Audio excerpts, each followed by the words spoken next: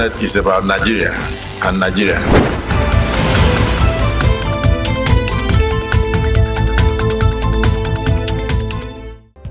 A warm welcome to this episode of Inside the Senate, a weekly update of events and happenings in the Senate of the Federal Republic of Nigeria. Glad you could join us.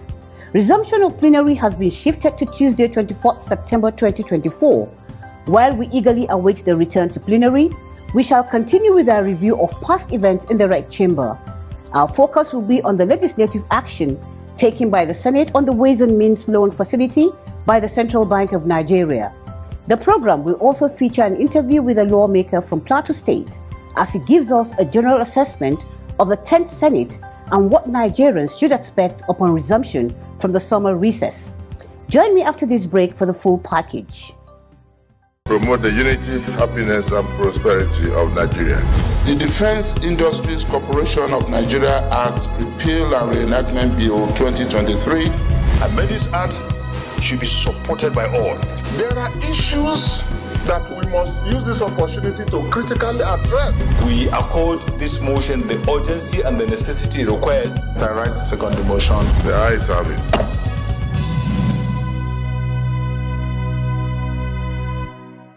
Welcome back. Ways and Means occurs when the federal government obtains loans from the Central Bank of Nigeria to meet short-term needs to emergencies as a last resort. There are certain limits to this borrowing in order for government not to abuse the privilege. The 10th Senate, upon resumption, was called upon through a motion to investigate the Ways and Means facilities extended to the last administration. In another development, it has also revisited the CBN Act to increase the threshold of the Ways and Means from what it used to be.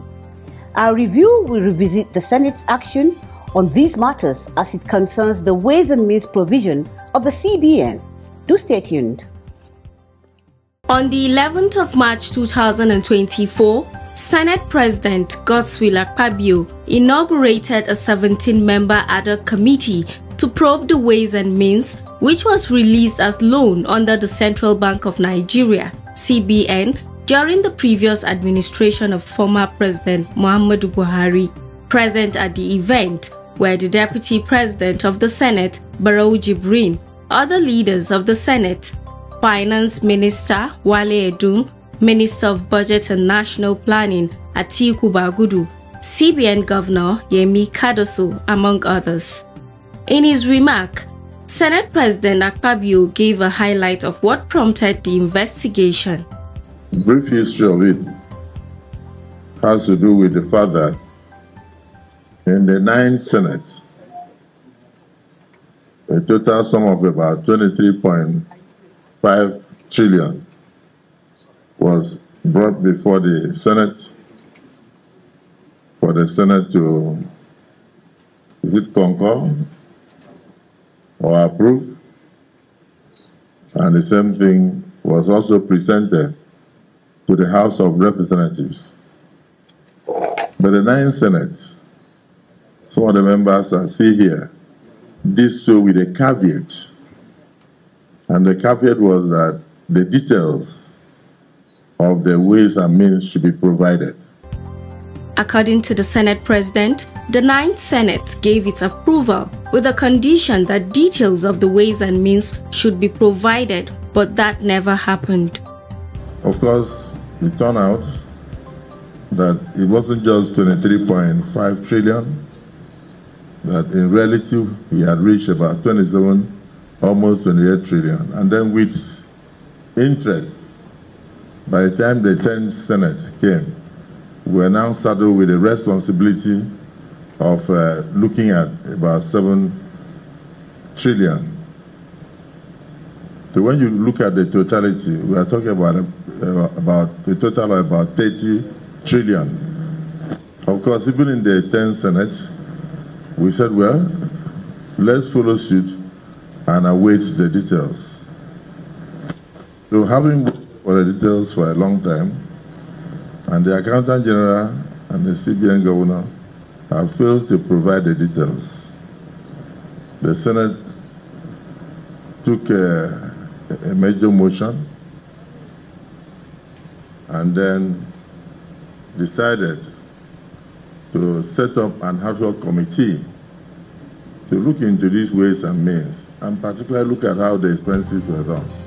Senator Akpabio stated that the Senate believes the totality of the ways and means has contributed to the current economic downturn the country is facing.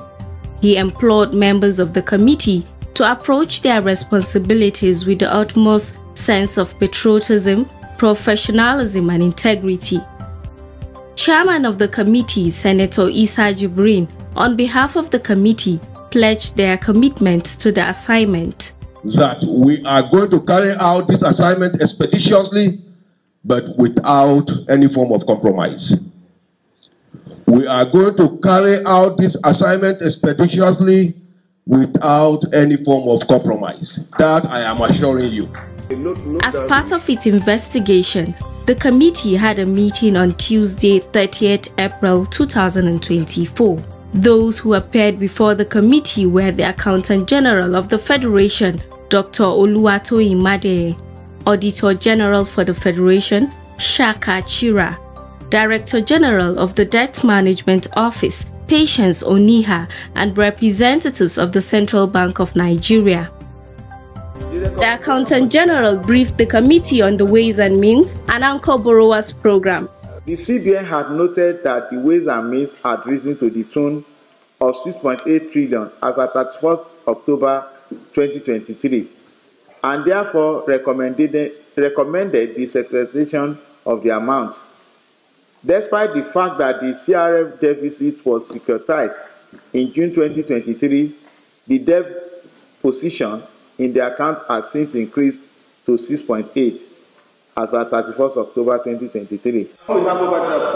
Director General of the Debt Management Office, Patience Oniha, also contributed to the briefing. The CRF, like she says, is an account that receives revenues and expenditures. So debt service is one of those expenditures that are debited to CRF. Okay, debt service is budgeted for. It is what has been budgeted and approved in the budget. It's not an extraordinary thing. There were reactions from the lawmakers after the briefing by the AGF. Section 38 of the CBN's Act provide for advances to the federal government of Nigeria. Limit of advance is 5% of previous year's total revenue of the federal government of Nigeria. The interest rate is stated there. Repayments to be made by the end of fiscal year. Okay? Madam, were all these guidelines ahead? Over the 8 years in question, the equivalent of 30 trillion was given out as ways and means, more or less printed out. Now we know that, and you know that, that money must have just hit the foreign exchange market, a vast majority of it. That's the truth. Whether it was paid to states, whether it was paid to contractors. Now, when you quantify the equivalent 30 trillion in USD at that time, because most of that money, about 22 trillion of it, at the time it was given out and expended, the foreign exchange was about 360. You can imagine that when you do the estimation of the calculation, we're talking about $83 billion. This is where our issues are with our foreign exchange. This is where our issues are with inflation. Unless we fix this, unless we correct this, we are just going to be going around fighting and ending war with foreign exchange. We have to get to the root of how this money was spent, where this money is at. That's just the truth. Everything we are saying here is window dressing. We need to identify for every single envelope approval, the 500 billion that has been shown, the 250 billion, etc., what will they spend on? Before you are my respected colleagues to lead the debate. While the investigations are still ongoing, the Senate on Wednesday, 31st August 2024, passed an amendment to the Central Bank of Nigeria CBN Act, which increased the Apex Bank's threshold of Ways and Means advances to the federal government from 5% to a maximum of 10%. Senate leader Michael Bamidele led the debate on the proposed amendment. The very essence of this bill, dear colleagues, is to enable the federal government meet its immediate and future obligation due to the government's increasing needs for funds to finance the budget deficits and other expenses. The amendment sought for an increase of the total advances of the CBN to the federal government from 5% to a maximum of 15%. Some senators expressed support for the bill, but suggested amendments to its clauses. Because of the current level of our deficit in the country, I also think that we should moderate even the approach of this increase that we are talking about. It is important that we moderate, because currently what we have is at 5%, and what I am seeing here is about 15%. Government revenues are accruable in advance. Therefore, it is very important to have some level of borrowing from the central bank. But what matters is that when we borrow, we repay. When we borrow, we repay. And we should put a timing for the repayment. If you were to increase the level to 15%, Nigeria would be on its way to that joke between Uganda President Idi Amin and the CBN governor. When he says, Idi Amin said, go and print more money. And he said, Uganda money will be turned to toilet paper. So we must understand that in macroeconomic issues, there are specific macroeconomic indicators that must be taken into account in imposing a limit. After the debate, the bill scaled second reading and was immediately referred to the Committee of the Whole, during which clauses of the bill were considered.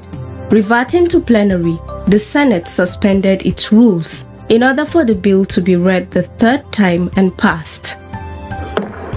Senate President Godswill Akpabio thanked the lawmakers for their contributions and patriotic zeal. He stated that the passage of the CBN bill should serve as another reason for Nigerians to be patient with the Tinubu administration.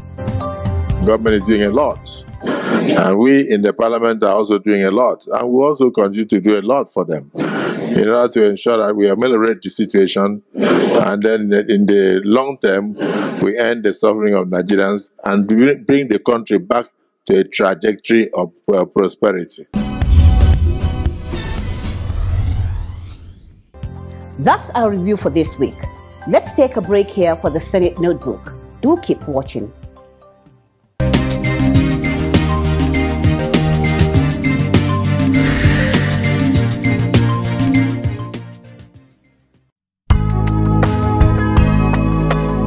Bill referral is the forwarding of a draft bill to a committee under which purview its matter falls. This is so that the committee can carry out more legislative action on it. Irrespective of who or where the bill originates from, such actions are taken after the second reading of the bill. The committee is given a period within which to work on the bill and report its findings to the Senate.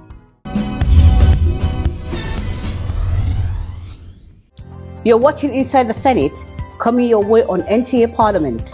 As I mentioned earlier, our crew met with Senator Dickett Plank, representing Plateau Central Senatorial District of Plateau State. He's chairman, Senate Committee on Labor and Productivity. He highlights some milestones of the 10th Senate since its resumption. You know, before you come up with the leadership, there must be a lot of interest, an ability to win, an ability to manage, consolidate, and be able to carry everybody alone. It's a very great achievement for the 10th Senate, because you know that it was a very fierce competition.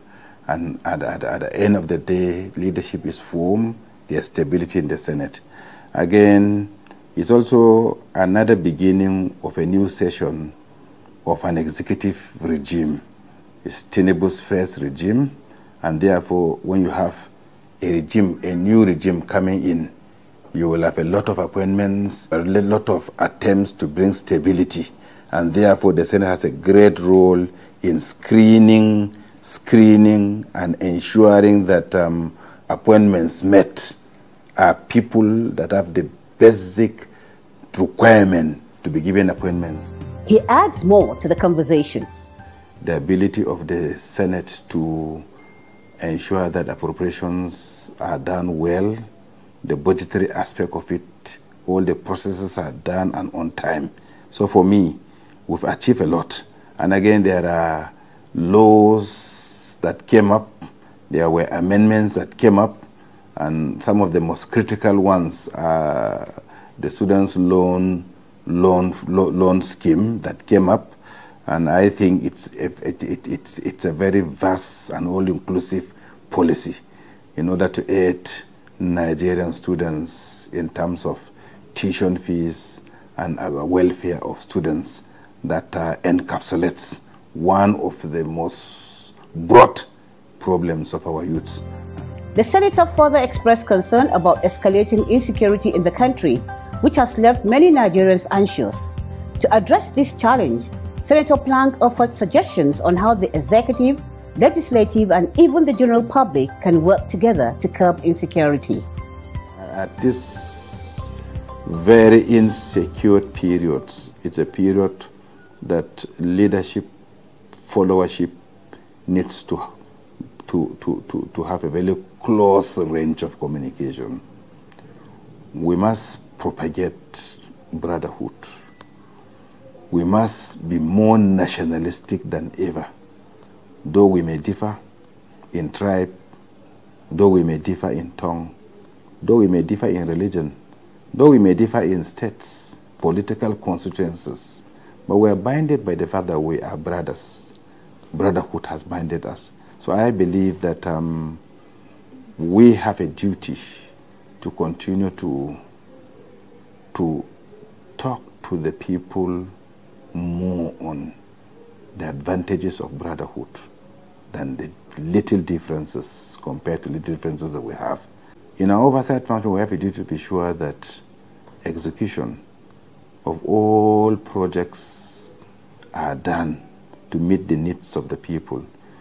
The appropriations are not only met for the social needs of the people alone, but even for the protection and security of Nigerians. Senator Plank is the chairman Committee on Labor and Productivity. He also speaks on constant strikes and suggests a peaceful policy that will not slow down productivity.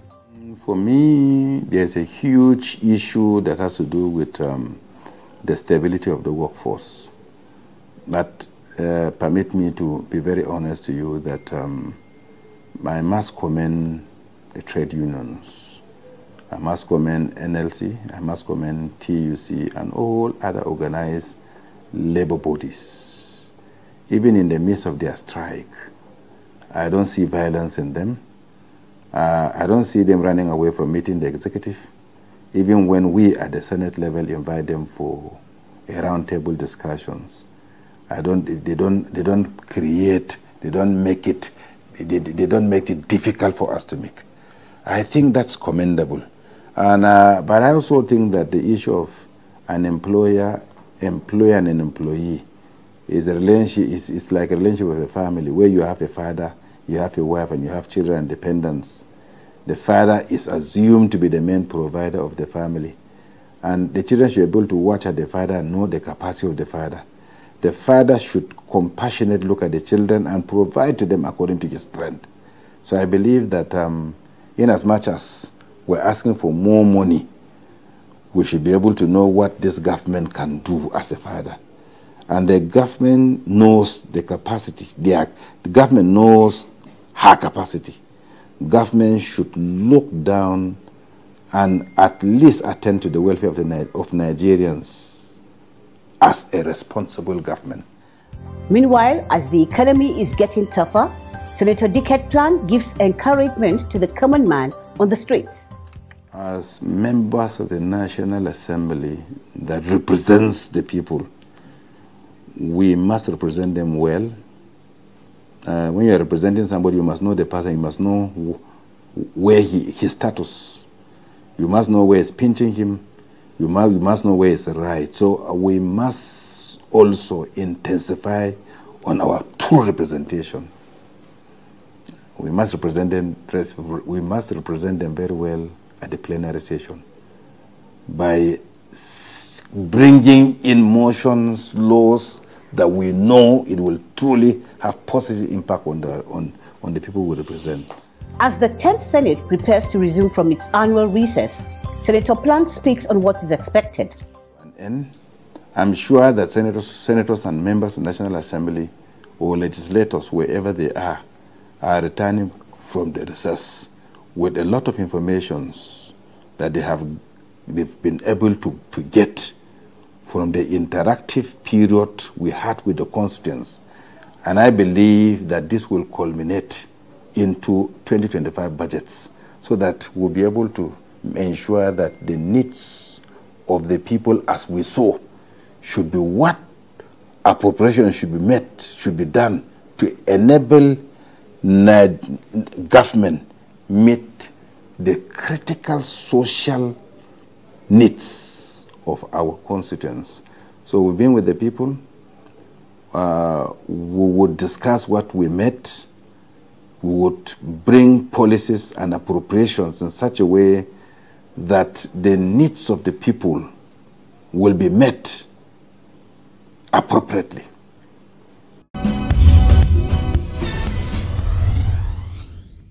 That was Senator D.K. Plank from Plateau State, speaking on the 10th Senate so far.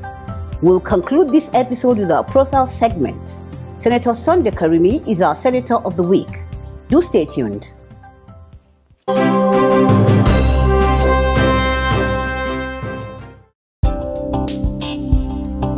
Senator Sunday Steve Karimi is the current senator representing Kogi West Senatorial District in the 10th Senate.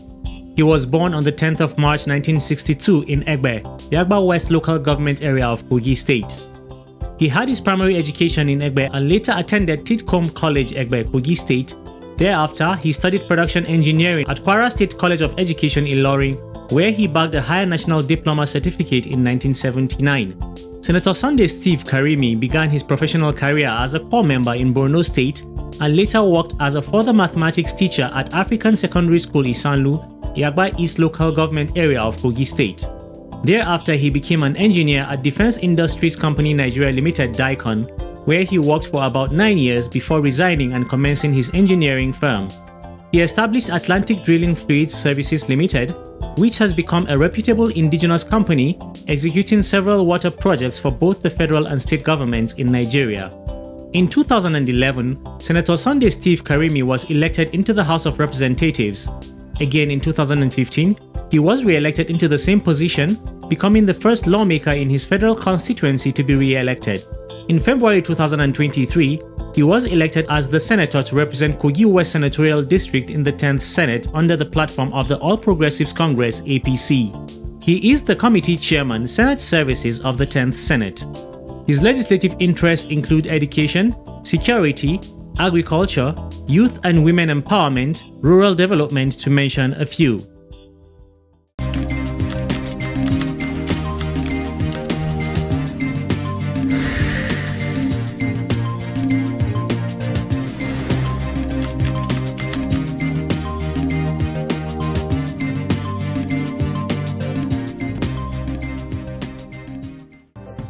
That's all we can take on the program this week. Come 24th September, the Senate will resume plenary to attend to matters of national importance. Inside the Senate, we'll be on ground to bring you reports as they unfold. Until we meet again, stay safe.